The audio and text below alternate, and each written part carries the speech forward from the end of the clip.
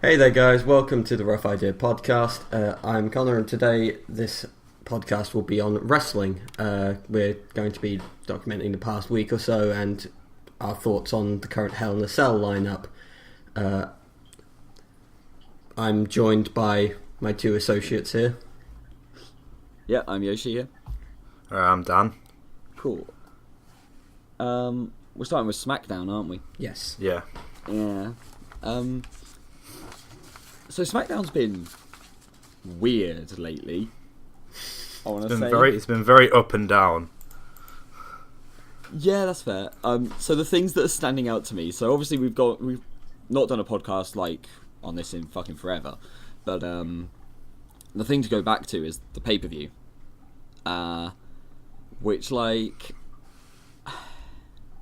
I don't know. I really wanted to like it, and I don't think I did. Yeah. It was like Backlash was the one we all wanted, and it was really good. And then after that, it's just kind of drooped back down. Plunged into the depths of mediocrity. Yeah. Like, there is a saving grace in the middle of everything, which is Dolph Ziggler versus The Miz. Like, that rivalry will never get boring. I will never dislike that. No. It's because they're both very good workers in ring. Yeah, and they're both amazing at promos, and like, Ziggler is on a fucking resurgence right now. He is incredible at the moment. We can take Ziggler being pushed a lot better than how seriously I could take them pushing Heath Slater. Oh, I like Heath. He's so good. Oh, I like him. It's just I can't take him seriously. Yeah. Like, it says a lot about WWE's trust in Heath Slater, though. The fact that, like, when they did the brand split, for a few weeks he was working both nights. Like, that says a lot about how good Heath Slater is. And then they were like, alright, we're going to give him the tag team titles. And it's like, wait, really? Heath With Slater? Rhino? Like, but I'm happy it's with Rhino, though. Like, they have the whole hot tag thing going on that actually makes the tag team work. Yeah, that's true, yeah. It's just, it is, like, they keep referring to them as, like, the odd couple, because it's like, these two don't make any sense as a team. Oh, no, they don't. You've got Heath Slater, who's, like, so over the top, so hyperactive, like, full of energy, and then you've just got Rhino, who says, like, 2 words once a month. Yeah, his whole character is, I hit people. Yeah, pretty much. Like, jeez. It's, I don't know, and, like, SmackDown, the other thing that stood out for me to me from SmackDown over the last couple of weeks is building up to Survivor Series and building the teams for Survivor Series. So we had that really awful couple of segments with Natalya and Daniel Bryan. And like, I feel like I like Natalya. Natalya is a good wrestler. But holy shit, what have they done? It's a thing, she's a really good wrestler, but she's so terrible at speaking that it just kind of levels out her wrestling. Yeah. I don't even know if she is that bad, though, or if they're just giving her the worst scripts imaginable. Like, why the fuck did they have her... Okay, I know it's, like, the big thing that she's, like, a crazy cat lady, but... like, in real life. But, like... Why did they have her talking about her cat's Instagram to Daniel Bryan for 10 minutes? I don't know. Like, what? No, who does that? I mean, at least they're doing something other than just riding off the coattails of her family. True. Yeah. That's like, is this a step up or a step down? I'm not sure. Because so it could be the Charlotte way, where it's like, look, Ric Flair, though. Ric Flair? No? But they could do it a decent way, I guess. If they tried. No, not WWE. No. They can't do that. But, if not, it could be a good way to give Jim Neidhart a bit more recognition. Oh. That sounds so harsh. Either that, or they never mention that she's married to Tyson Kidd anymore. Well, that's because he's been injured for fucking ever. And, Yeah. like, since he's probably not coming back now, they're just like, oh, whoops, okay, never mind. He never existed. Let's just stop talking about him, yeah. The other thing that came up with the Survivor Series teams was the tag matches they had, the like qualifying tag matches. Yeah, they had Ascension vs Hype Bros. The fucking Hype Bros. Again, I love the Ascension, and they are so talented. the not Road Warriors. Right. But the thing is, when they first came into when they first showed up, everyone was like, Ascension are like, they're really like their own brand of wrestling. They do things very differently, but they are a throwback to older teams like that. How are we going to bring them in and differentiate them from those older teams? We need to really make them stand out. And so what they did was come in and cut an entire promo about how they're so much better than all those old teams, like the Road Warriors and what's the other one? Jesus, I've forgotten the other team that they're like identical to. But like it was just like, okay, we need to differentiate them. Let's make them come in and immediately compare themselves to them. And so everyone in the crowd is just like, oh right, you're a knockoff of them. Okay, gotcha. And then immediately hates them. To be fair, a lot of people... No, there are so many times at WWE where people will just make up their minds instantly and then never sort of let go. It's like, I don't like this person. They will never be able to do anything good ever. It took so long for Bray Wyatt to get anywhere. Oh, yeah. Just because people kept chanting Husky Harris at him. And that's so annoying. Like, he's so good at what he does, and the fact that people kept chanting that, like, there was an amazing moment actually where like people were talking about it on Twitter when he had a match against Kane, and everyone was like, I don't know who's meant to be heel and who's meant to be face here. And then people started replying like, the crowd is the heel. Because they were still chanting Husky Harris. The true monster was Mankind. It's like, no, the crowd are the heel here. Just enjoy the fucking match for what it is. Well, it's like when they unveiled the WWE Universal title. Oh, there was a good match going on in the ring, but everyone ignored it because they didn't like the belt. Right, that was an amazing match. And then just like, nah, boo, title, the title's red. Oh shit, what a shame. But the title though. Fucking, that annoyed me so much. I don't even mind the title. I guess I'm biased here. I don't mind the look of it. But I don't as much as most people, but that's because it's the internet and hyperbole abounds. Right, yeah. I do find it a little bit weird that the titles seem to be colour-coded at this point. Yeah, well. It's like, this one's on Raw, so it's red, and this one's on Smackdown, so it's blue, and this one's for the Cruiserweight, so it's purple. What? Why? What? No. Why not? Just make it look good. Just let it happen. Yeah, but to be fair, I do also think they look good, so... Oh well. So going back to stuff on SmackDown recently, there's the stuff around the SmackDown, like the WWE Championship. James Ellsworth, anyone? Oh yeah, James Ellsworth though. It'd be interesting to see if he appears at Hell in a Cell. It won't be at Hell in a Cell. It's a Raw pay-per-view. You know what I mean? Survivor Series. No, he just sort of invades it and just says, "Fuck you guys, I'm here now." He started off on Raw, to be fair. He started off as Braun Strowman's opponent. Yeah. Maybe he'll come in and help Sami Zayn. That will be good to see all the jobbers return and be like... The revenge of the jobbers. Corner. Oh, that would be amazing. No, I actually like the James Ellsworth stuff on SmackDown at the moment. I know a lot of people don't. I don't mind it. It's okay. Like, I liked the fact that basically they've got what is just a normal rivalry building up between Ambrose and Styles, rather than just doing what they've done with every other Ambrose rivalry, which is Ambrose pisses this person off, this person gets annoyed and eventually manages to beat him up a bit, and then they go into a match. Rather than doing that, they've actually got a really interesting way of doing it, where they've gone, okay, well, we're going to get someone else involved, and Dean Ambrose is going to piss off AJ Styles, but it's going to be through this, like, nobody. Oh, except then that nobody is also going to cost Dean Ambrose his title match, or, like, his shot at the title. Yeah. And, like, that's a lot better than just going, and then Ambrose attacks Styles, and then Styles attacks Ambrose. It's a nice angle they're going for, where it's like, Ellsworth is trying, damn it. He's doing his best. But... I mean, he's fucking trying in some sense. But like, it's just sort of backfiring on Ambrose, this right ultimate troll.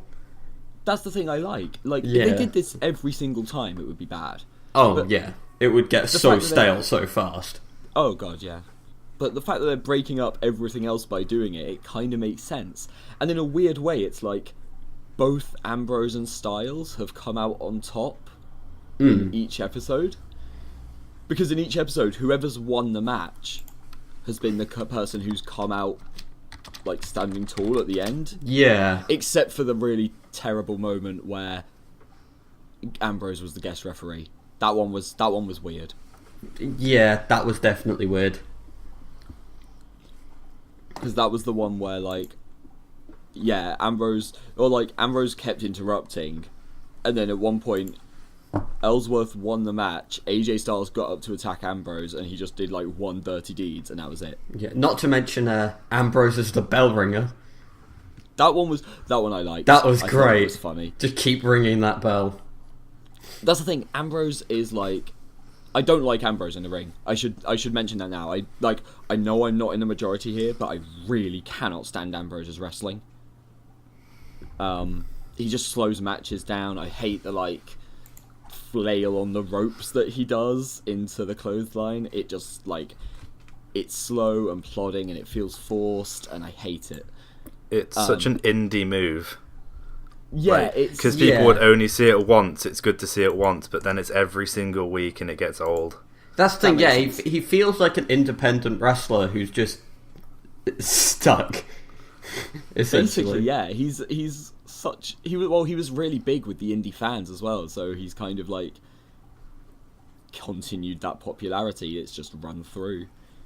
And I do think it's dying down. I do think people are getting bored of him. But, like, people still like him, whatever. But Ambrose is at his best when he is not heel and not face. He's just... Yeah, he's a very odd face, because his whole thing is being, like, unpredictable and wild and being this madman. And when you're doing that and being a good guy, it can be very strange. Right, it's like Reigns at the moment. The whole thing with Rusev, where basically Reigns has come out, attacked Rusev and Lana at, like, their wedding thing, attacked Rusev for no reason, and then they had the match at the last pay-per-view. And it was just like, I don't think Reigns is the good guy here. Well, no, like, Rusev, that bastard, protecting his family and standing up for his wife. It's like this. Like, that's how I feel with Ambrose in every rivalry. Also, Kane is a good guy. Like, Kane should not be faced. Like, literally, you have somebody who is nicknamed the Devil's Favourite Demon, and you're like, definitely a good guy. He should be a face. Oh yeah, the like, big red monster. He's just a teddy bear.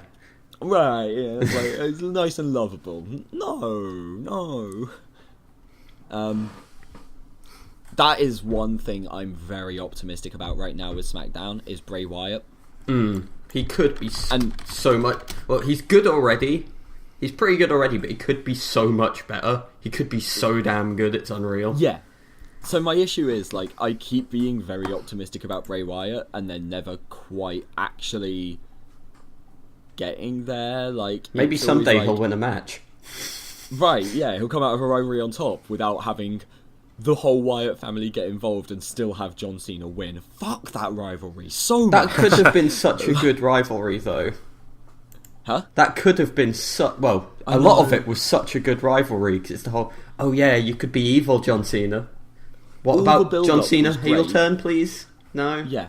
No. All the build-up was great, and one of the matches was great, and then just...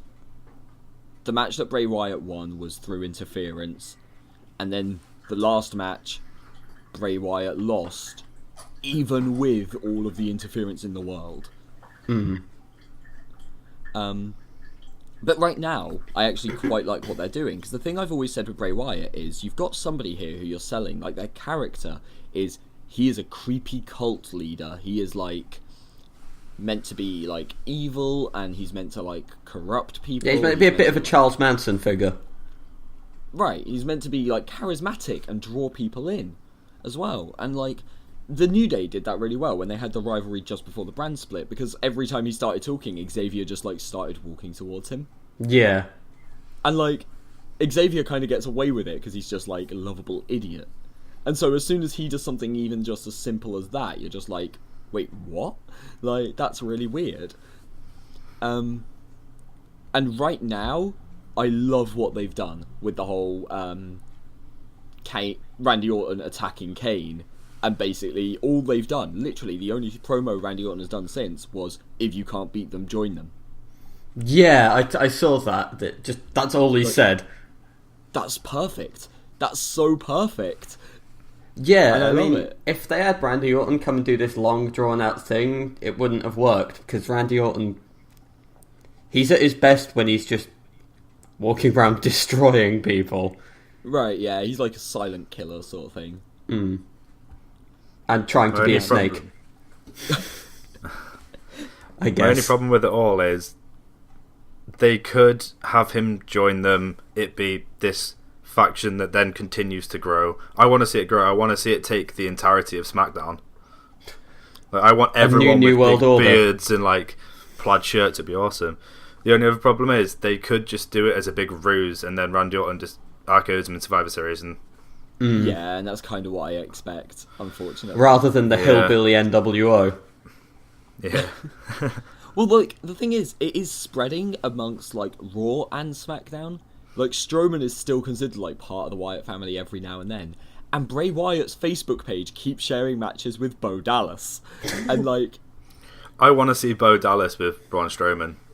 I would love it. I would absolutely love that. Especially with, like, the new Bo Dallas. Like, that would be amazing.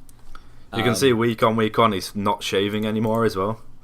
Like, that's the thing. And, like, you can start to see the resemblance between him and Bray Wyatt now. Because, like... Yeah. Those guys being brothers was like the weirdest thing when I first heard it, because you had Bray Wyatt, who looked like creepy, crazy person who's about to stab someone. And you had Bo Dallas, who literally looks like he was wearing a nappy. He looked like an overgrown baby. And now you can actually start to see the resemblance a bit more, and it's like, oh, okay, this is kind of cool. Did nobody else make the Bo Dallas baby connection? Was that just me? No, I never thought of it like that. All I know now is he's walking in with a fucking Donald Trump sign. Oh no, really? What? Well, it was a Bo. It says "Bo leaving Bo," but it's in the style of Donald Trump. Oh god, they have, haven't they? Yeah. Shit, I forgot about Yeah, that. Yeah, okay, yeah. I mean, to be fair, it's not a touch on Zeb Coulter. No. Zeb Coulter was Trump before Trump. Like, oh, I miss Zeb Coulter. What's Jack Swagger doing now anyway? He's got matches against Baron Corbin. Oh, the tap out that happened from there. That was awful. I don't even remember it, I'll be honest. I hate Baron Corbin so much. I've just like blocked his matches out of my memory. Repressing. Yeah, they had just like a random match. Jack Swagger put Baron Corbin in the ankle lock, and he was doing the whole overreacting, like crawling with his hands. Oh, right, yeah. And I was just crawling to the ropes. The referee just ran the bell saying he tapped out. Yeah. Well, because he was just crawling using his hands. It was awful. Oh god, but that's part of the problem, right? Is like, my problem with Baron Corbin is that he doesn't know how to lose. And Yeah. I've said this about Nia Jax. I've said this about Braun Strowman. Like, I like Braun Strowman. I think he could be incredible. He's got the speed. He's got some... Like, obviously he's not like the fastest person in WWE, but for a guy his size, he's pretty damn fast. Oh yeah, he can Like, move. Yeah. And like, you know, even if it's only simple things like doing a double drop kick, that's still pretty good for somebody who's like 6'10" or whatever. Probably taller. The guy's a giant. Like, I mean, it's not as surprising as say Vader doing flips and shit, but right, yeah. Kevin Owens moonsaults are still the weirdest thing. Now Brock Lesnar doing a moonsault. Oh, let's not talk about Brock Lesnar and his shooting star press. God, That was beautiful, though. Hilarious. But no, Braun Strowman, I actually think could be a good wrestler. Nia Jackson, Baron Corbin, less so, because I'm just like, but we haven't seen any of them lose. No. We've never seen them in a match. We've only ever seen them beat someone up and end the match. We have never seen what they look like when they're losing. And Baron Corbin has started to be on the losing end of some matches against like Ziggler, against Jack Swagger, that sort of thing. And against Jack Swagger was the first time, really, even with the matches against Ziggler where Ziggler won, against Jack Swagger was the first time that I've looked at a Baron Corbin match and was like, you've been overpowered. Yeah. And he looks awful. He can't do it. He doesn't know how to sell. And I hate it. I absolutely hate it. He does not know how to make it look good when Or at least he's been winning for so long he's forgotten how to sell. Right, yeah. But like even in NXT, his whole gimmick was how quickly can he win matches. Which is a really bad gimmick. Right, yeah. Like the close match he had was like, oh, this match went over a minute long. No, fuck off. That's terrible. That's so bad. Who was it in TNA? Was it like Crimson or someone? Who had a similar thing where it's just like, oh yeah, I'm undefeated, I don't lose, that's my gimmick. I have no idea, but that's, yeah. I always refer to it as Goldberging. Yeah, that works too. But like Goldberg at least was like a reasonable wrestler and did actually have a run of matches where like he kind of lost but kind of won. What? So I was about to go and start talking about Goldberg, but we should wait before talking about Raw because of Hell in a Cell coming up, and that's definitely how we need to close this up. Oh yeah. Is there anything else left to say on SmackDown? Like, I know it's been pretty forgettable. The only other one left is Becky Lynch and Alexa Bliss. Yeah. Also, Carmella is still around.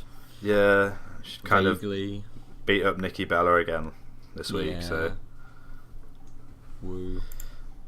I want to like Carmella, but I don't think she works as a heel. No, she's not a very good heel. They should have put it the other way around when Nikki Bella was the heel, but then they're trying to promote their shows, so they kind of can't. Well, also it was Nikki Bella returning from like a big injury. career-threatening injury. They were like, this is a big deal that she's back, so the crowd were going to cheer. Speaking of threatening injuries, Finn Balor's out of his sling. Oh, really? That's good. Finally. Yeah, he's actually recovering. I mean, it was a fucking horrendous injury. Oh. It really was. I'm wearing a Finn Balor shirt right now. Yeah, it's so sad. Finn Balor is really good. I was wearing a Seth Rollins shirt, so like, I'm sure a lot of people But before long, Seth Rollins should just make his gimmick, I injure people. Well, he did do the thing for a while of, I'm the face that destroyed the face that runs the place. Yeah. Which, like, that was amazing. Because, like, you could tell from that match as well, like, it was just a miscommunication. They thought they were going for different moves. Seth went with a high knee where Cena thought he was meant to go low. Yeah. Ended up with a knee to the face, broke his nose. So they just ran with it. Cena's been through fucking everything anyway. He was just like, sure, whatever, I'll work through it. And that, of course, proves why Seth Rollins is called the Architect. What, because he just redesigned Cena's face? Because hell if I know. Jesus. Like, it was just, like, good, though, because, like, immediately, just, like, like, Rollins is so sincere with it as well. Apparently he was, like, apologising to Cena for, like, the next hour. Oh, yeah. Straight. But, like, Cena was just like, whatever, it's happened before. Oh, yeah, he's almost certainly used to it by now. Yeah. And so they just ran with it, and it was his new gimmick. Rollins was just like, yeah, I am the face that destroyed the face that runs the place, and kept showing pictures of Cena's nose, and like, look how ugly he is. Isn't that amazing? Look how ugly people are when they're injured. I like Rollins. No, I'm not going to go into this now. We need to... So, before we go on to Raw, I'm going to rant about Rollins a lot when it comes to Raw, because... The internet has turned against him. But Prepare. I still love him. But so before that, yeah, Becky Lynch is back. That's cool. Also, Becky Lynch also seems to have... she's only had like 1 or 2 matches since coming back. Like 1 match or something.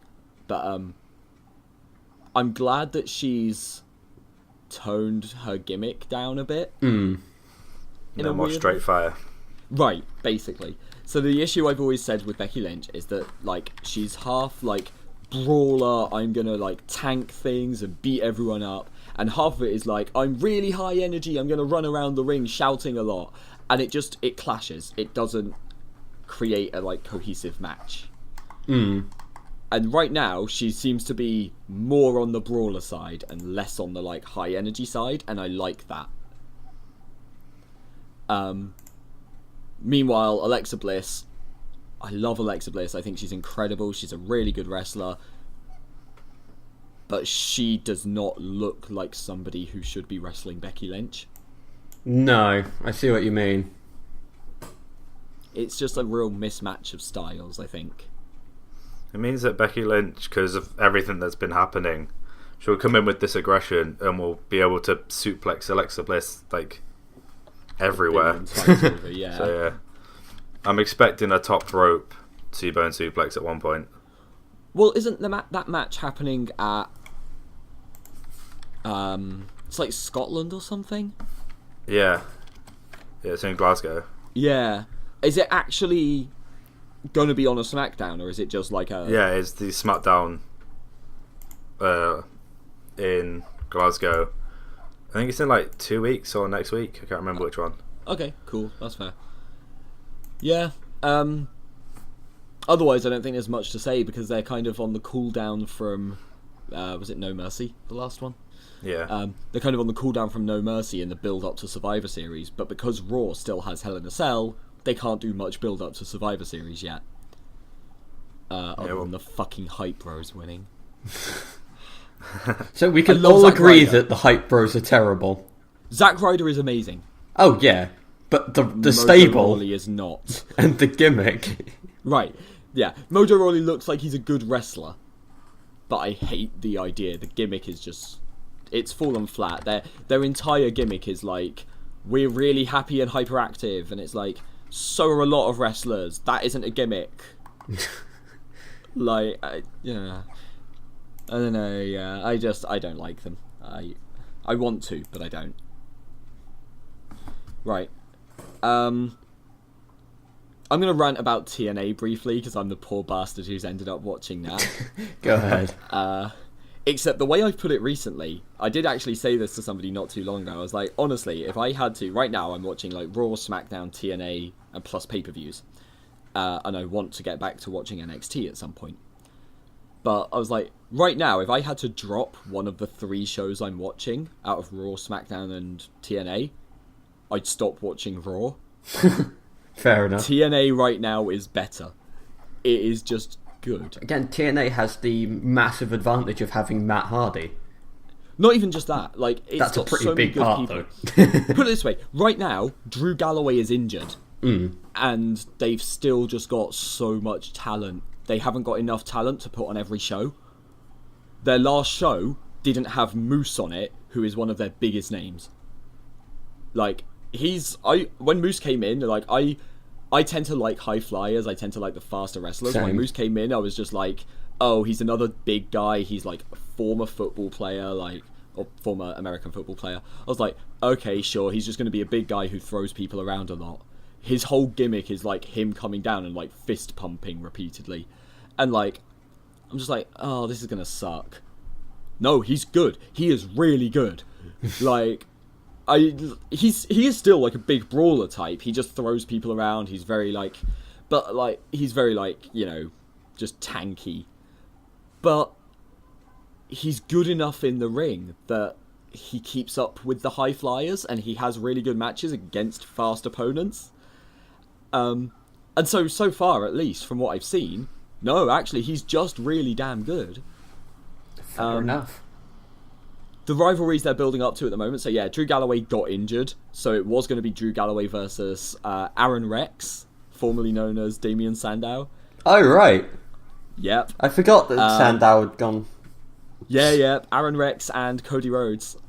So Aaron Rex right now has a rivalry against somebody who was in a tag team, the Bromans, who, like... this is the one thing I am disappointed with the TNA at the moment. They've introduced the Grand Championship, which... it's basically UFC-style matches, but wrestling. Oh. So it's like, you've got a 3-minute timer on each round. You do 3 rounds.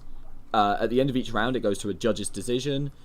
If nobody gets pinned or submitted by the end of the 3 rounds, then the judge's decisions take priority, and, like, the winner is whoever gets the most votes, or, like, the most wins over that. But if somebody is pinned or submitted, that's it. The match ends there. But it is, like... so, WWE did this at one point, except it wasn't scripted. It was actually them fighting, and it was terrible. Because the person they wanted to win lost in the second round. Was this the Brawl for All? Yeah, where they did the boxing, essentially. Right, and they punished the guy who beat their favourite by putting him against Butterbean and getting him crushed. Yeah, that was Bart Gunn. I watched a video of that again not too long ago. I go back to it every now and again. Oh, geez. And it basically, the way I could sum it up is what it looks like to see someone get their soul punched out. It just walks in immediately, everything's black. It's... oh god, that was horrible. But no, this one is all scripted, and so, like, the finals were meant to be Aaron Rex versus Drew Galloway, so two former WWE stars, quote unquote. But, like, it ended up being Aaron Rex versus Jesse Goddard, who looks the part for this thing. At least he works for the Grand Championship stuff. He looks like a fighter. Yeah. But it very much feels like they're bringing Aaron Rex in. But more importantly, he's a heel again. He came in, people started cheering because they know how good he is. Started chanting, "You're a genius" at him. He still has the Hallelujah entrance. But it goes into, like, a song that's, like, ominous chanting of it. It's so good. Like, I need his theme on my phone. It needs to be my new alarm. But, like, he looks the part. He's really good. Also, at the moment, they're teaming him up as a heel with Eli Drake, who is one of, like, the TNA's, like, kind of long-standing wrestlers at this point, who is going into a rivalry with Ethan Carter III, and those two are both amazing. Like, this is the thing, when people say about, like, TNA is picking up because it's getting all of WWE's old wrestlers, it's getting Cody Rhodes, it's got Aaron Rex, it's got doing that Galloway, for years. Right. But, like, Eli Drake and Ethan Carter are both honestly, I would put those two as, like, 2 of the 4 best wrestlers in TNA right now. The other 2 being Matt Hardy, and the boat. like, the boat is the MVP. It's a dilapidated boat. Oh my god, I love the boat. The boat was, like, the most stupid thing. No, the other one is actually, again, somebody who was just, like, went into TNA, which is Mike Bennett, the Miracle. He's amazing. And again, now, he has just finished, like, a short rivalry bringing in Cody Rhodes, who now looks like he's set to have a rivalry with Bobby Lashley. Lashley finally dropped the title. I'm so fucking thankful, because the point where I started watching TNA, like, within 2 weeks, he held every title in the company. And that was such a terrible idea. Like, what were they thinking? Maybe they weren't. No. But, like, yeah, TNA is looking good. The X Division is still good, although right now they're doing a really weird thing. They've brought back, like, an X Division tag team thing they used to do, Team X Gold. Except Marshe Rocket is, like, 6'6", and, like, he's quite lean and everything, but he's not a high flyer, so I don't know what he's doing in the X Division. X Division, for those who don't know, is basically TNA's cruiserweights. Right. That's, like, it's been around since forever. It's the reason that TNA started getting into the spotlight, because AJ Styles was the first ever X Division champion.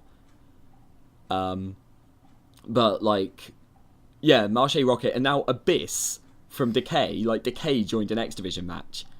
And I'm just like, wait, no, this guy is like a tank. You cannot put him in an X Division match. But obviously through all of this, you've also got The Great War and Matt Hardy and his promos and his premonitions, and I love it. I love every second of it. And oh my god, Matt Hardy is the greatest thing that's ever happened to professional wrestling. Yes. He's so good. Like, yeah, if people haven't seen it, just watch the Bound for Glory, Matt Hardy, and it was Broken Matt and Brother Nero versus Decay. And if you aren't aware of where it all started, watch the Final Deletion. Yeah, the Final Deletion and like the contract signing for the Final Deletion was like where it all began. Oh, and yeah. Then, with Senor Benjamin, his gardener, just making like a cameo appearance. And then, yeah, it's built up to like... In one of the episodes, they have a whole fight around the Hardy compound, and Crazy Steve gets thrown into a pool and all of his face paint washes off, and he climbs out laughing like a maniac and then says, "Paint regeneration," and runs his hand over his face and the paint reappears over his face. It's beautiful. It's like terrible movies, and I love terrible movies. Like the live action Street Fighter is my favourite movie of all time. I love Birdemic and The Room and that kind of thing. Oh yeah, and those are beautiful. Yeah, and that's basically what The Great War is. That's basically what Matt Hardy's done. He's created terrible movies, except there's a really good wrestling match going on around it. Yeah. Also, Willow comes back, and like Jeff's other character, I don't know what he's actually called because I haven't watched TNA before like the last couple of months. But like the super like hyperactive like Daredevil pilot, it looks like. But like yeah, basically like Abyss's alter ego came back, which was like his twin / brother, who's like an accountant. It's weird. Essentially, it's becoming like an Adam West era superhero flick. Right, yeah, basically. And I love it. I love every second of it. It's the worst thing ever and the best thing ever, and Matt Hardy is a fucking genius, and I wish he would buy TNA. But he won't. He's already confirmed that he won't.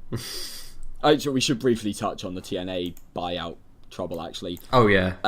So TNA has been in a shit ton of debt for ages. They sold some of the shares to, like, a controlling share to Billy Corgan, who of the Smashing Pumpkins, who now shows up on, like, every other episode talking about matches. Oh, that reminds me, there's one other match I want to talk about from TNA that's, or, like, rivalry that's building up that's hella good. But yeah, Billy Corgan got a controlling share, except now he's suing them because they lied about how much debt they were in. Oh. And because they've been trying to make up some of the money by selling off shares, like the other shares underneath him, without telling him. Oh. And so he's just like, yeah, you can't do this, I'm suing you. Well, that's understandable. But it's like So he they're comes on pretty board and he's fucked like, right now. oh, we're still fucked. Yeah, they're not in a good position, which is a shame because, like, the actual show is really picking up. Except, like, I didn't mention, like, Lashley, you know, finally dropped the title. He's dropped it to Eddie Edwards, of all people. What? But he's got a match against Eddie again. He's also building up a rivalry against Cody. And I think Eddie's had a couple of matches against Cody, and I think what's going to happen is either triple threat or Eddie drops the title to one of them, and then they have a match, like a rivalry between Lashley and Cody for the title. Yeah. Cody's entrance really annoys me because it's clearly built for the gimmick, like, rivalry they had with The Miracle. Because The Miracle's whole thing is, like, he comes out with Maria Kanellis Bennett, his wife, who is also, like, former leader of the Knockouts division. Why they call their women's division the Knockouts, I don't know. But, yeah, she comes out as well, and it's like, they do the whole first lady of professional wrestling thing. And, like, it's really weird, because, like, his whole thing is, like, clearly built to be the, like, royal family, and Cody's entrance is, there's, like, his entrance is, there's only one, there's more than one royal family in professional wrestling, and that's really weird. It seems really narrow. It's built for the rivalry with Mike Bennett, basically, and now he's moved on to a rivalry with, like, Lashley, and it's so weird because it's like there's more than one royal family against Bobby Lashley. like, it just doesn't really make sense. But yeah, the other match I want to mention is Ali is one of the women wrestlers there, and she was like, she's known as like, I can't remember what it was. She had like an indie name, and like, apparently it was like she was really good in the indies, but she's like now in TNA, and she was like a assistant, not actually wrestling. She was just helping out with stuff. Except now she's finally broken away. The crowd love her, and yeah, it's worked out really well. Like, she's actually building up matches now. She's had like a couple of things where she's been talking to Billy Corgan, like doing promos there, and it's really cool. It's like, it's built up really, really well, and I'm actually really excited to see where that goes, because she is, again, incredible as a wrestler. She's like really just, she seems like a good wrestler who is finally getting her chance to wrestle. Nice. Yeah. Anyway, that's my little rant about TNA done. Yeah, shall we talk about Raw? I think Dan was going to talk about Lucha Underground for a bit at some point. Yeah. Well, they've got a couple of things going at the moment, really. They have the Azteca, which is coming up, which is basically like the Royal Rumble, but they have 20 people come in. They each come in after a timed interval, and whoever wins is the Lucha Underground champion, basically. The only difference being that they then have the you can either have pinfall or submission eliminates you, as well as being thrown over the top rope. Right. Oh, okay. Yeah, and they've got the champion, the Great Matanza, he's coming in first. So he's the owner's brother. So, and he's like 6'8", 400 pounds. He's massive. And they've done this whole thing of being like, he can beat anybody and everybody. So he's coming in first to beat everyone. So, yeah, makes sense. Yeah, so they've got that. They had, this week was the debut of a guy called Jeremiah, who is better known for NXT as Solomon Crow, if anyone remembers him. Oh, yeah. Yeah, he's now in Lucha Underground. So he's going to be having a feud with a guy called Marty Martinez, who's creepy. I did actually wonder what he was doing recently, because TNA's just introduced a group that seem like they're basically anonymous, and given that Solomon Crow in NXT was like a crazy hacker, I was thinking like he might have been one of them, but no, that makes more sense. He seems like he fits Lucha Underground a bit better. Yeah, the only other two things really is new Gift of the Gods champion, which is a title that you can... It's basically a title that gets passed around, but it's a bit like Money in the Bank. You can have a title shot. You have to cash it in to use as a title shot against Lucha Underground champion. And, right, yeah. It was originally on a person called Sexy Star, who was said that she was going to challenge Great Matanza next week before the Azteca happens. But Johnny Mundo, otherwise known as John Morrison, paid off the general manager to have a match with her. And then through a lot of shenanigans, there was like 5 ref bumps, I think, overall in the match. Oh, Jesus. Yeah, Johnny Mundo wins, so he's now the Gift of the Gods champion. So it'll be interested to see if they now say, Sexy Star, she had a match booked with the Matanza next week for the title. Now Johnny Mundo's going to have that match. I don't know what's going to happen with her. Right, yeah, or still gets the match maybe, or some weird thing like that. Yeah, that's fair. Yeah. And then they have Rey Mysterio, who's going to be going against Chavo Guerrero again. But the stipulation I think they're doing with that is whoever loses has to leave Lucha Underground. So that could mean Rey Mysterio or Chavo Guerrero coming back to WWE or another place. So I'm so worried whenever people talk about Rey Mysterio coming back to WWE. The thing is, he's lost a lot of weight that he had before. Like, instead of doing just the seated senton, he now pulls it into a Hurricanrana again. Okay, that's at least something, because the seated senton, yeah, like, the issue is, his legs are fucked. Yeah. Like, well, that's like, yeah. when you're that high up in wrestling for that long, like Rey Mysterio was, and you're working that hard, you're gonna fuck yourself up.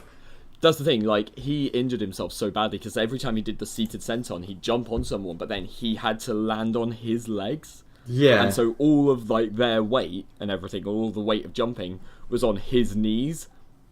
Because otherwise, they just go headfirst into the mat. So he had to put all of the weight on his legs, and so he just fucked his legs. Like, if he does come back, though, I could see it being for cruiserweights. That would be good. I'd like it if he was in the cruiserweight division. That would actually be a reason for him to come back. No, I've always liked Rey Mysterio. Back in the day, he was one of my favourites.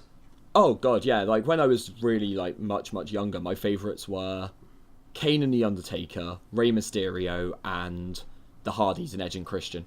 Those are the people I grew up watching wrestling with. Yeah. Like, I'd never liked The Rock or Stone Cold or Triple H that much. It was always I've always liked The Rock. The Rock now annoys me. I like The Rock as a person. I like Dwayne Johnson. I don't like The Rock. Like, whenever he's in WWE, he does the same promo. Here's what The Rock's going to do. The Rock will wake up at 5 a.m. He's going to be at the gym. He's going to be banging and clanging and banging and clanging. It's just like, we're here in place of, like, whatever town we're in, with the millions and millions. It's always the same something candy ass. Right, yeah. No, for me, I grew up watching Rey Mysterio. There was some of The Rock in there. There was some Brock Lesnar, but he was always just there. It wasn't much of a particular love for Brock Lesnar. Yeah, I think I stopped watching just as Brock Lesnar was, like, at his peak, basically. Like, I stopped watching around probably 2001, 2002. Oh no, I sort of kept watching for a while, for a lot. Really, I dropped off around, I'd say, 2010-ish, 2011. Oh wow, fair enough. Yeah. See, I think that's 2012-ish is probably when I got back into it. So it's like, yeah, I'd still sort of dabbled around, but I didn't get into it in a big way again until like last year. Yeah. Right. Anyway, we should jump onto Raw. So the biggest thing with Raw, obviously, is Hell in a Cell coming up, which we have to do predictions. Yep. So Hell in a Cell tonight. We have to do predictions. We have to. And we will probably be horribly, horribly wrong. Oh yeah. But that's half the fun of it. I'll keep notes on the predictions. I will keep those written down. And then next week we can cry at ourselves. A couple of weeks, but yes. Whatever, whenever. next wrestling episode. Even if it's different people, we can mention, like, oh yeah, here's what was predicted last episode, and we'll go from there. Yeah. And how good everyone did, which will probably be terribly. But also, we've got the build-up. So cruiserweights. I like what they're doing with the cruiserweights at the moment. I like the Brian Kendrick, TJ Perkins story. But I was saying this to someone the other day. They've set up a really interesting position for them, where even if Kendrick wins, he doesn't come out on top. Yeah. And so I think he's going to win. Because what I think is going to happen, like, his whole story at the moment is he's like, I'm not good enough to compete here anymore. I don't know if I can win when it matters. You need to drop the match. You need to lose on purpose. And I almost think that what's going to happen is Kendrick is going to win, like, a legit match. They'll have, like, quite a long match. It'll be back and forth, and Kendrick will win. And Perkins will just be like, did I let you win, though? Yeah, and use that to play with them. And Kendrick will be like, Kendrick has no idea if he's actually won or if Perkins has let him win. He still doesn't know if he can compete. And then eventually I think Perkins is going to win the title back and then move on to another rivalry with probably Tony Nese. Yeah. But, like, yeah, I think Kendrick is going to win this one. Yeah, so we've got Kendrick for that at least. Who do you guys think on that one? I'm not really sure. You got to pick one. You got to pick something. Shit. Dan, any I'll thoughts? say TJ Perkins only because he shares my surname. Yeah, I've got Brian Kendrick as well. It's the right time for a title change. Yeah. Yeah. To a point where TJ Perkins could win it back, and it still shows TJ Perkins being strong. Yeah, that's fair. He's already defended it, so if he loses it now and wins it back, he's not losing credibility at all. Yeah. And Also, related to all of this, we've got the pre-show tag match. So it's Cedric Alexander, Lince Dorado, and Sin Cara versus Tony Nese, Drew Gulak, and Daivari. Is it Arya Daivari? Yeah. And I've realised now, looking through the results that I'm putting in, okay, I guess overall it doesn't add up, but for the cruiserweights at least, I'm just heels, all the heels. Because again, I think they're going to build up Tony Nese. Yeah. And the fact that it looks like the two main ones they're building up are Tony Nese on the heel side and Rich Swann on the face side. And given that Rich Swann isn't in this match, I feel like Nese, Gulak, Daivari are going to win. I know they're trying to do stuff for Cedric Alexander as well, though. He's been in NXT as well as Raw, though. Yeah. So, and the reaction he got from the Cruiserweight Classic, they can't not do something with him. Jeez, that was such a good moment. I loved that. Holy shit. The crowd just when they were all chanting, "Please sign Cedric," and Triple H came out, that moment was just golden. Absolutely incredible. I forget, have people forgiven Sin Cara for fucking up all the time yet? Well, it's a different Sin Cara. Oh, is it? It's Hunico. Oh, right, Hunico, right. But yeah, I think so, but the problem is that he's taken on the mantle got... of someone who fucked up his first entrance. Right, and they've still got some issues with the original Sin Cara as well. Oh, right. So, they can't push him too hard. Mm. And they kind of don't want to, because then it brings up all the issues of, oh, it's a different Sin Cara, though. Mm. Who do you guys think is going to win that match, then? Any thoughts on that one, or...? Honestly, I have no idea. I gotta pick one. I've got Team Cedric just because it's the pre-show. They've got to have faces win to make everyone happy to start with. Plus, it's the pre-show. Just go flip a coin. Oh no! Any pre-show match, any match that could be on the pre-show, I'm just heels are gonna dominate. Over the whole card, I've got a mix of nice mix of matches. Some matches you want to see, some you predict, some you don't. It's a nice mix.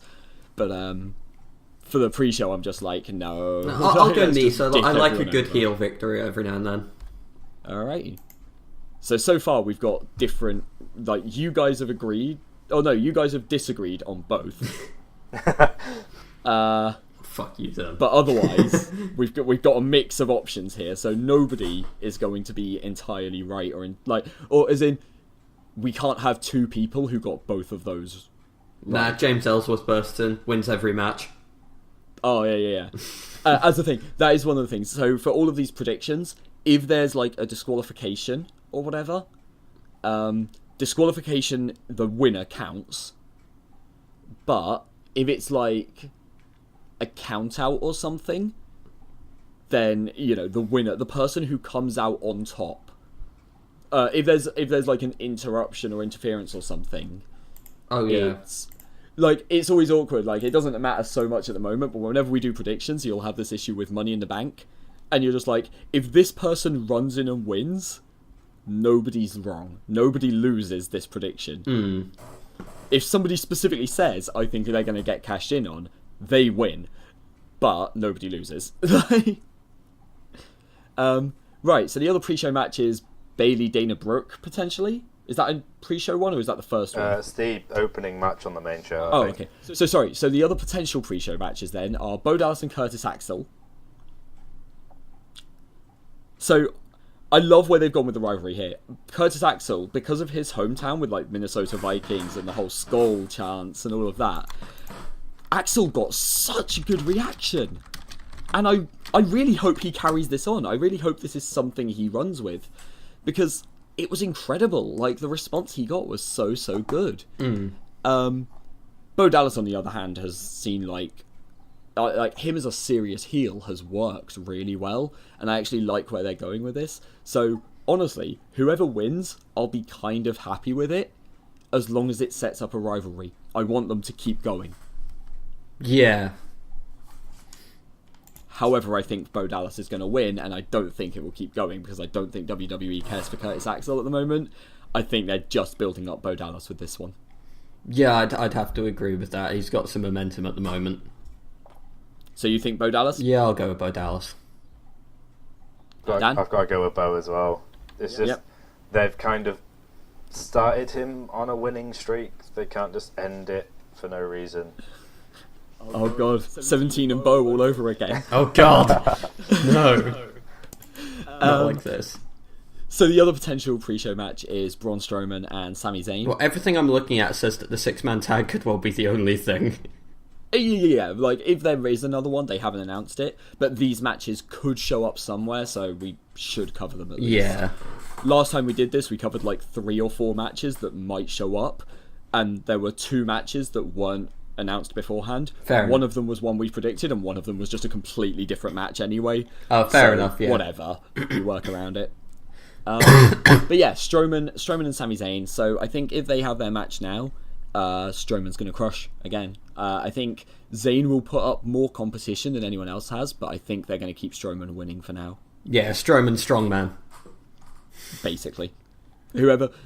Yeah. Yeah, 2 Whoever unanimous eventually- ones on that, I think, then. Yeah, I think so.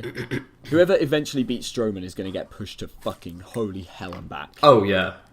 And that means that there's a good chance it will be someone coming up from NXT or Roman Reigns. Nah, they're going to build him up so he's got a reputation, like a real reputation, and then have Brock Lesnar beat him. Oh, actually, he could. To be honest... Not again. To be honest, though, I've been saying for fucking ages, the issue I have with Brock Lesnar is that it's not credible to have anyone beat him. No. The way they are building up Braun Strowman, he could be the first credible threat to Brock Lesnar. If that is how they build Strowman, I like it. The issue being, they've built Brock Lesnar as a heel, and they're building Strowman as a heel. They can't do both. They could have maybe a heel versus heel rivalry. It wouldn't work. Nope. I guess Lesnar always has his fans, though. They could easily turn Lesnar face easily enough. Like, Heyman's good enough at talking, and Lesnar, people cheer for him because he just comes in and hits things. Yeah, I was going to say, basically. what they need to do is, all they need to do really is turn Paul Heyman face, because Brock Lesnar hardly has a character, he just hits things. Yeah, it would also be the whole thing of, like, Lesnar... Whenever Lesnar's been face, he interrupts Paul Heyman. Yeah. Because people naturally don't like listening to Paul Heyman talk. It's just, like, ingrained in wrestling fans now by this point, I think. Yeah. But yeah, like, Brock Lesnar will just interrupt Heyman, call out Braun Strowman. Instantly, you've got to face Lesnar. Done. Yep. Right, so... we'll go for the tag team ones first. There's 2 tag matches. So we've got the non-title one, Enzo and Cass versus the Club. Any predictions? I've got the Club. Yeah, They need a credible rebuild. They lost twice in a row before the pay-per-view, so they've got to have this comeback win. Helps. And if they're going off the predictions I've made so far, a heel team hasn't won yet. Yeah, I guess. I mean, I've got all heel wins so far, including this one. I've got the Club winning. My reasoning is, I think soon enough, the New Day are actually going to lose the titles. I don't think it'll be Cesaro and Sheamus. Because I think they're either going to be a face team, or they're going to split again and go back to their rivalry and actually have the, like, final real match from their best of 7. So I think the Club are going to be the ones who eventually take the titles from New Day. Honestly, so I think they need to build the Club up to that point. I'm going to be contrary. I'm going to say Enzo and Cass. Oh, jeez. I'm not 100% sure why, but partially I think it's that I've just been saying heels so far. So the other one there is the New Day versus Cesaro and Sheamus, who Cesaro and Sheamus have lost all of the run-in matches up until the last one. They won the last one, and they actually worked fairly well as a team. But are they good enough to beat the New Day? If it weren't for that match, I'd have said they'd win. But as it is, I think they want the New Day. They keep talking about the New Day being really close to the top tag team reign, and I think they want them to take it. So I've got New Day. Yeah, I'll go New Day. Me too. Yep, all New Day. Sure. Need Xavier Woods to Hadoken another motherfucker. Oh, I hope Xavier Woods gets to fight. He's so good. I like Xavier Woods. Again, he doesn't get enough time. It's like we were saying earlier with the Strowman, Nia Jax. You don't know what they're like losing. Xavier Woods, we just don't know what he's like when he's not just shouting or dressing really as Saiyans. Right, and he's really good at those things, and playing a trombone and playing a Final Fantasy fanfare on the trombone. Everyone loved that. I love Xavier The Woods. crowd popped so hard for that. He is so good. I love it. But yeah, other than that, we'll see what happens. Women's matches. So Bayley versus Dana Brooke. Why is this a match? Yeah, Bayley, she's been kind of humiliated, and then she did the Bayley to belly this week, but apart from that, she's kind of been on the losing end of it all, so she's going to have the retribution at one point. I just don't think Dana Brooke is at the point where they want to push her. I think it's still Bayley. Dana Brooke's the middle ground. Dana Brooke is the only female wrestler on Raw at the moment who is that middle ground from being crap to being top talent. Dana Brooke is the stepping stone in between. And that's what I think they're doing with Bayley. They're basically pushing her up off of Dana Brooke. Yeah, I can get on board with that. So all for Bayley there? Yeah. Okay, and the other women's match, and this one is going to cause some fucking arguments. We're running over time a little bit here, but I think that's fine. But we need to finish the predictions and Hell in a Cell stuff. And we've got a lot to say on these last three matches, right? Oh, yeah. So firstly, Charlotte and Sasha.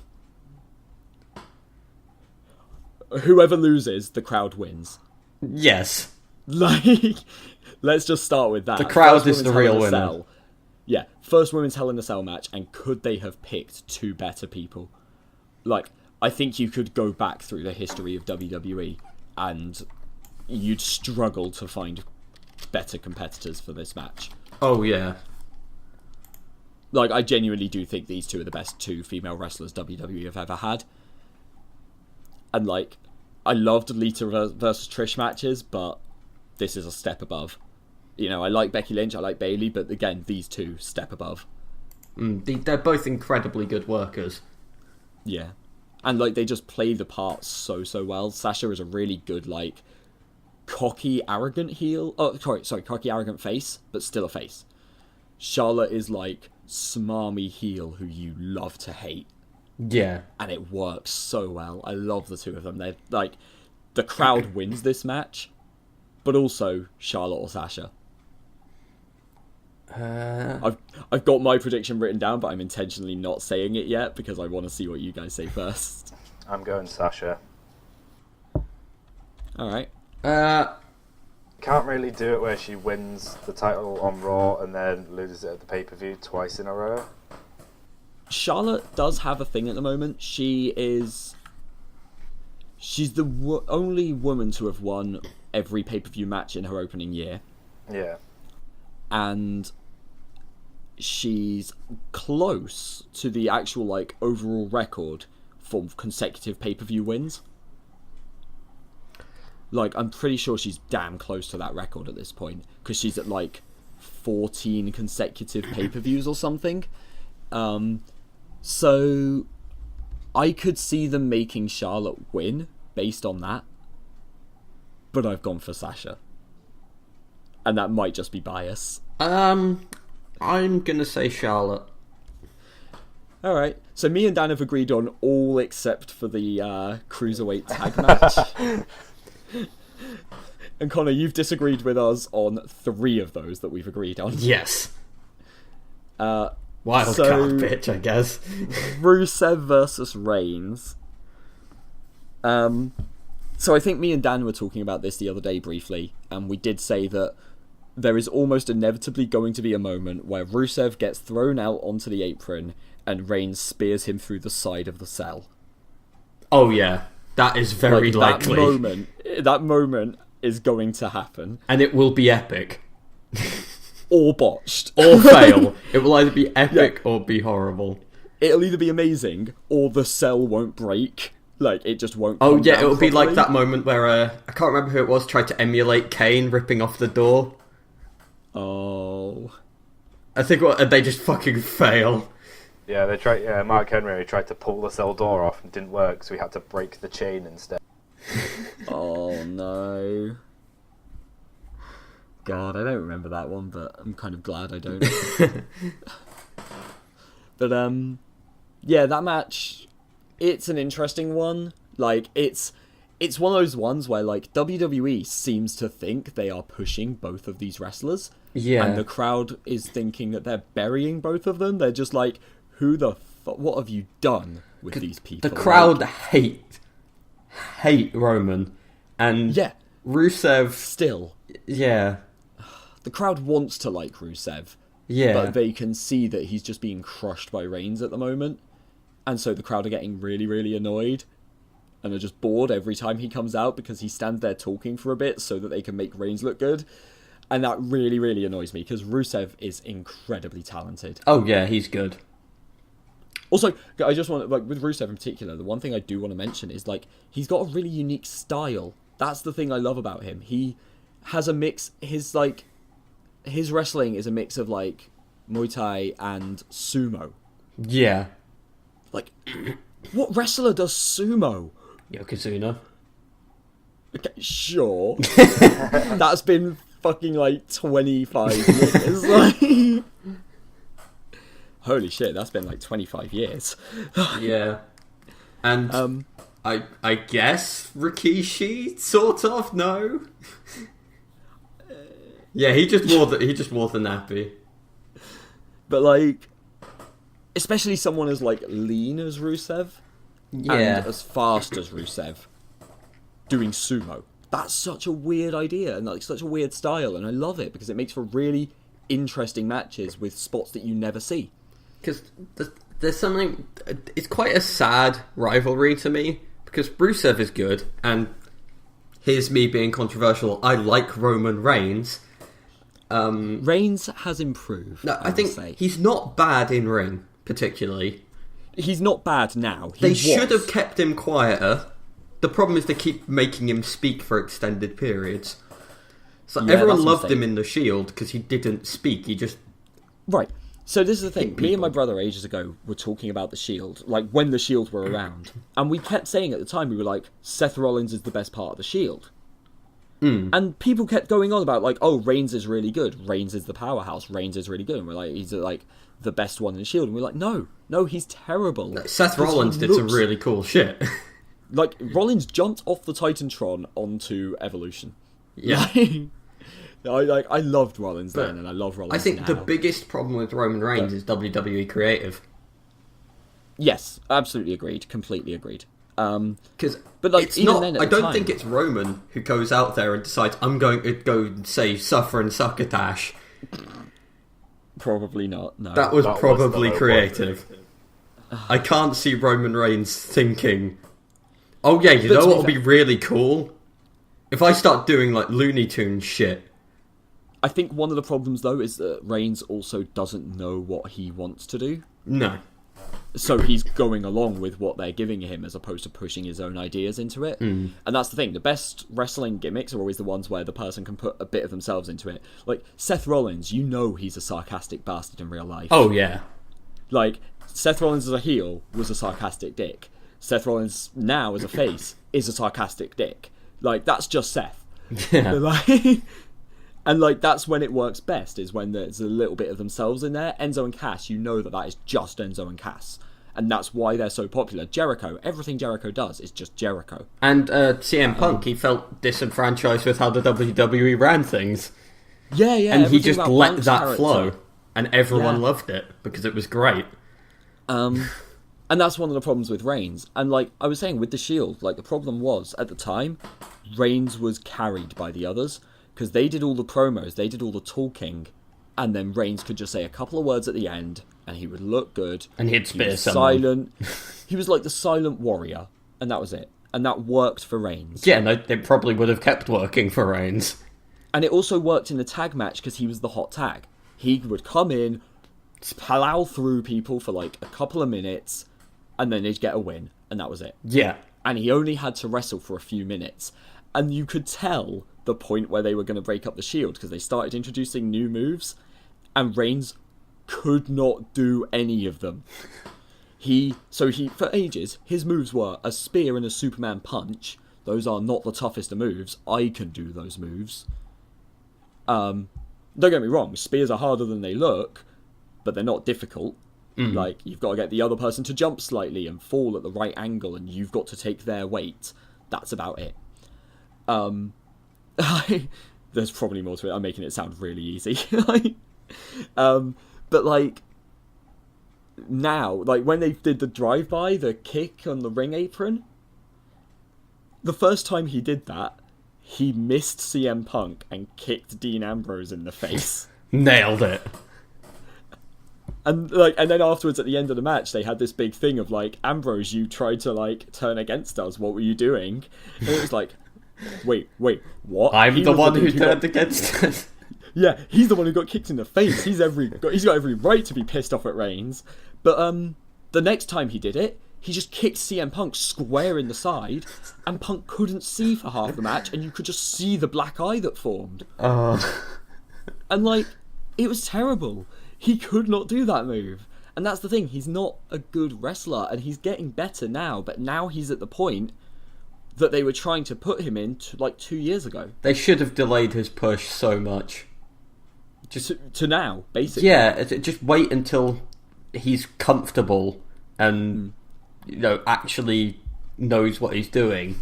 Yeah. And then push him, rather than push him straight away. Yeah. Completely agreed. And like now, I do like what you were saying earlier. Sometimes the crowd will just decide they don't like someone, and that's it. That's gone with Reigns. Like now, it doesn't matter what Reigns does. He's going to get booed.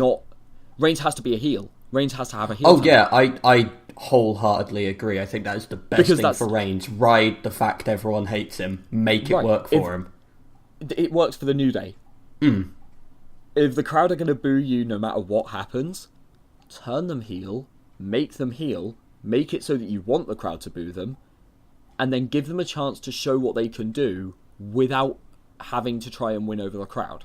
But honestly, I think they're starting to move Roman Reigns towards heel anyway, because he's currently a sort of grey area. He's a bit of a tweener right now. But he's he's fighting for the US Championship against Rusev. Nobody who fights for the US Championship against Rusev is a heel. It never happens, because they get the USA chance going. Yeah. Like, it just will not happen. Reigns is meant to be a face at the moment. He's just bad at it.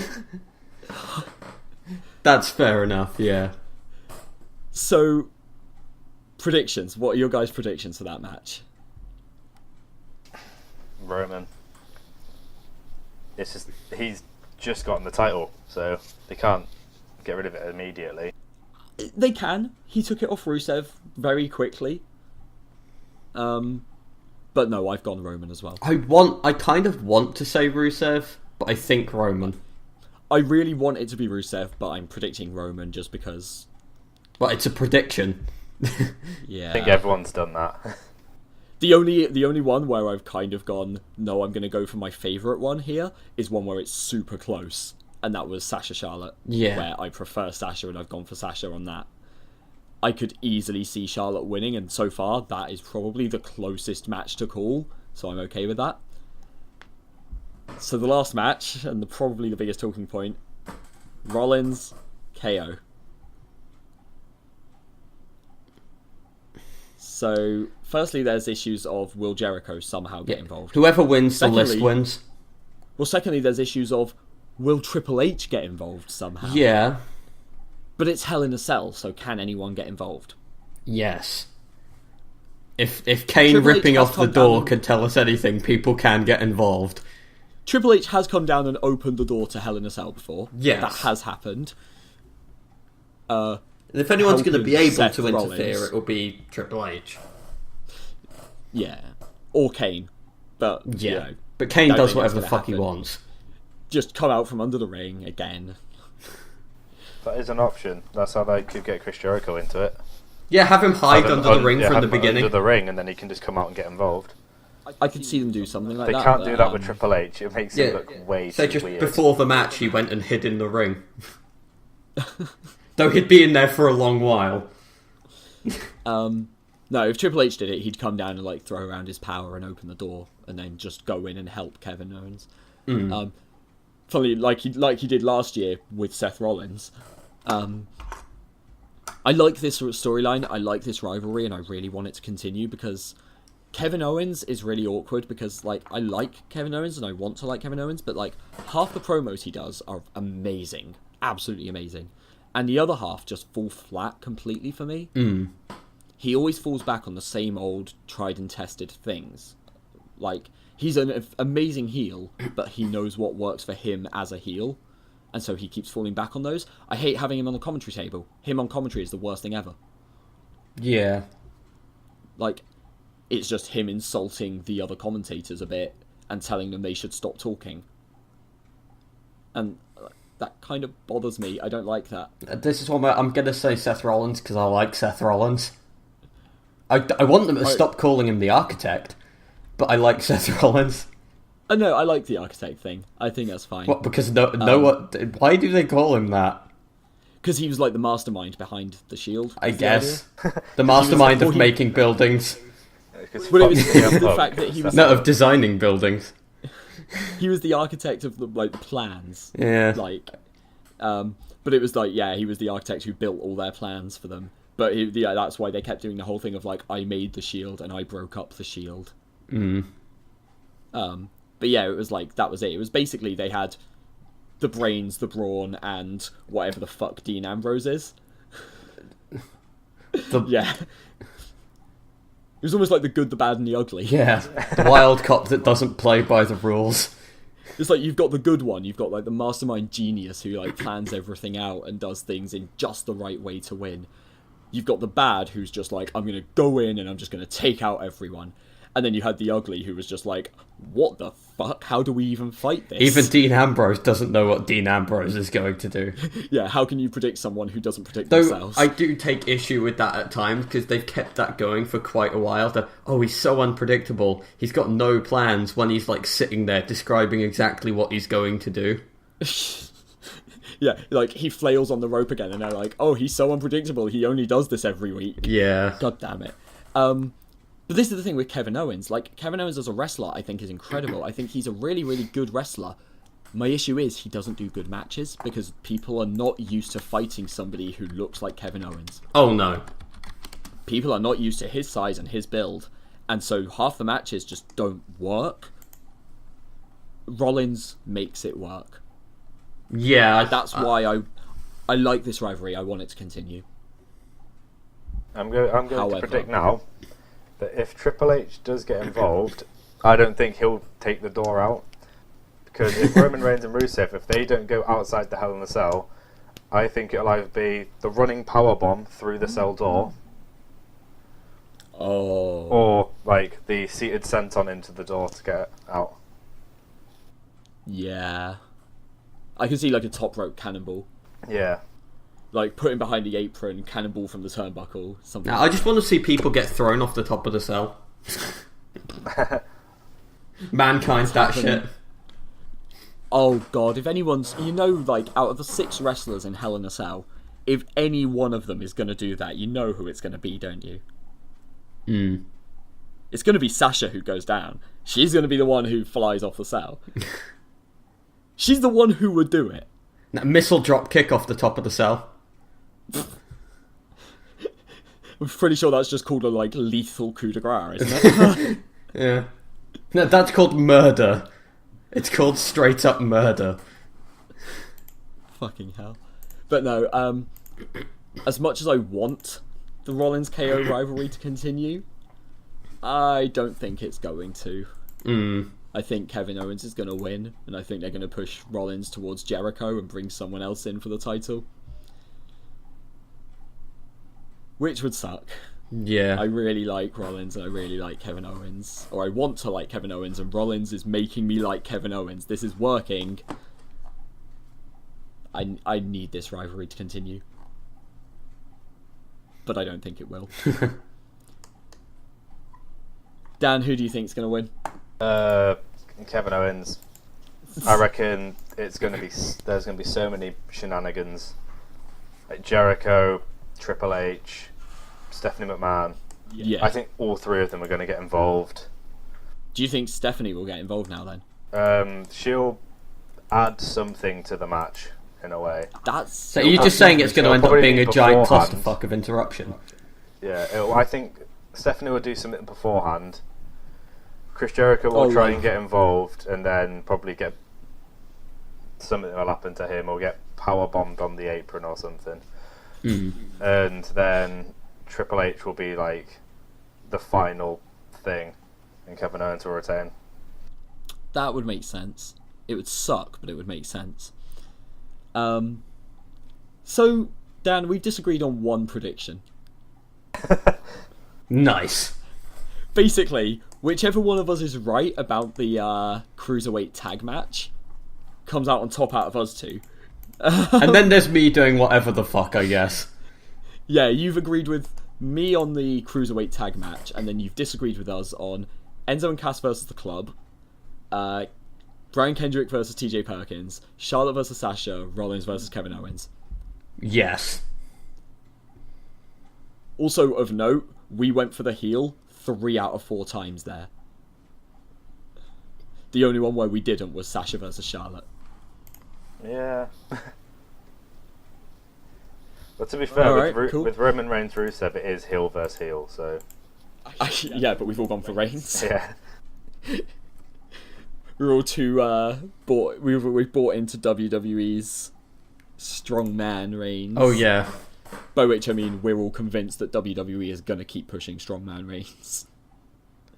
Man, Braun Strowman with Reigns, like that should be a tag team. That shouldn't be a rivalry. That should be a tag team. Yeah. Just turn Reigns heel, team him up with Braun Strowman. 2 powerhouses like playing. Yeah, but they won't ever do that because then people will notice the fact that Reigns is only like 6'2", which for a wrestler is quite short. Yeah. Reigns is the shortest member of the Shield, I think. Like Ambrose is the tallest, I know that one. He's the shortest, but he's the biggest. Yeah.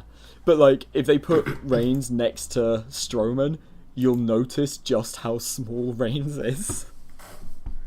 Because Strowman's like 7 foot or something and built like a fucking tank. Either that, or you'll just notice how big Braun is. Oh yeah, okay, same thing, right? Yeah. It's like they put Roman Reigns when they had the rivalry against Team Hell No, and I was just like, you can't put Reigns next to Kane when you're trying to tell us how strong Reigns is. Yeah. Like, Kane is the one where Brock Lesnar was talking about, like, who's actually strong in WWE and stuff, and he said about arm wrestling, and he was like, you don't arm wrestle versus Kane, it's like trying to move a mountain. Like, you don't do anything against Kane. Oh, jeez. I like Kane. I hope Kane gets, like, actually pushed slightly. Oh, yeah. I like him when they're not putting him in a suit. Yeah. I want a Kane versus Orton rivalry with the Wyatts basically treating it as, like, Orton's induction. Yeah. No, induction, more like hazing. Yeah, kind of. It's like... But, yeah, I like Kane. I want Kane to do well. He's still got a couple of years left in him easily. Unlike Undertaker. Fair, I think Big Show has a couple of years left in him, but he's retiring next WrestleMania. Probably Shaq, like Undertaker. Taker has to be stopping. Against Shaq. Oh my god, why? Okay. cool. So I think we're probably going to call things there. I'll keep the predictions saved. I'll keep all of that noted. Yep. Just see how fucking wrong we are. Yeah, it'll be funny to talk about in a couple of weeks. And is Survivor Series in 2 weeks, or is it a bit longer? I think it's 2 weeks from now. 1 sec, I'll double check while I'm here. Yeah.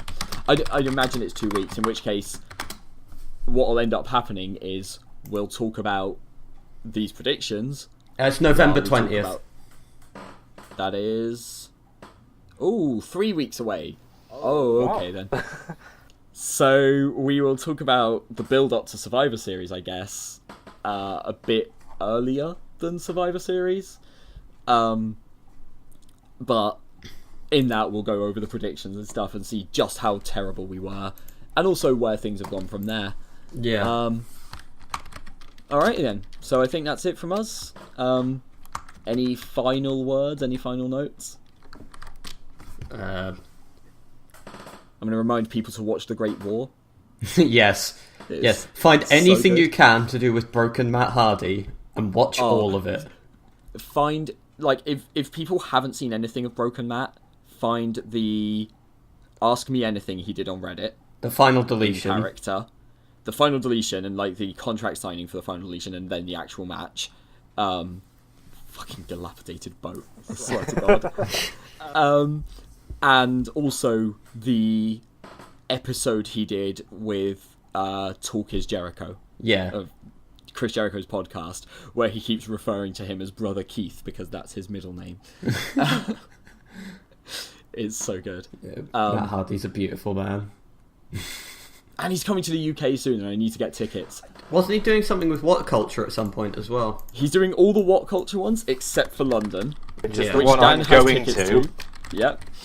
And that is obviously the one nearest me as well. But he's also doing a Broken Matt Hardy deletion tour. Actually, where are the things he's doing? I don't Newcastle know. and I know... Nottingham. Both of those are close to me, actually. Why is he so far north? So both of I those could are close to probably me because I'm in Stoke. I could probably find people to stay with for Nottingham, and I could find people to stay with in York and get to Newcastle from there. I could totally go to one of those. I need to see Matt Hardy live. That needs to be a thing that happens. Oh, I can't afford to see Matt Hardy live. Nope, I can't God afford damn it. shit. Oh. Whatever, I'm just going to sit here and cry Right. and watch TNA instead. And on that bombshell... Cool, well, I'm off to apparently go and cry over the fact that I can't see Matt Hardy live. It's been good talking. Yep. So, next episode is Thursday, which I think is an anime one. Yeah. Maybe magic, but probably anime. Which I think, Dan, you're probably on that one, right? Yeah, I am, yeah. And Nick and Sylph, who are both old hosts as well. So if people listened kind of before we had the break, they're returning from This then. will be familiar for you. And then we've got one other new person who's going to join us for gaming next week, and then that's everyone at that point. Everyone's done an episode finally. No, Lulu hasn't. Lulu hasn't done a returning one. She was meant to be on today's, but couldn't make it. So she'll be on the gaming one next week as well. Yeah, throw her on with the other newbie. Hopefully. Hopefully. Cool, right. Well, thanks for listening, everyone. I guess until next time.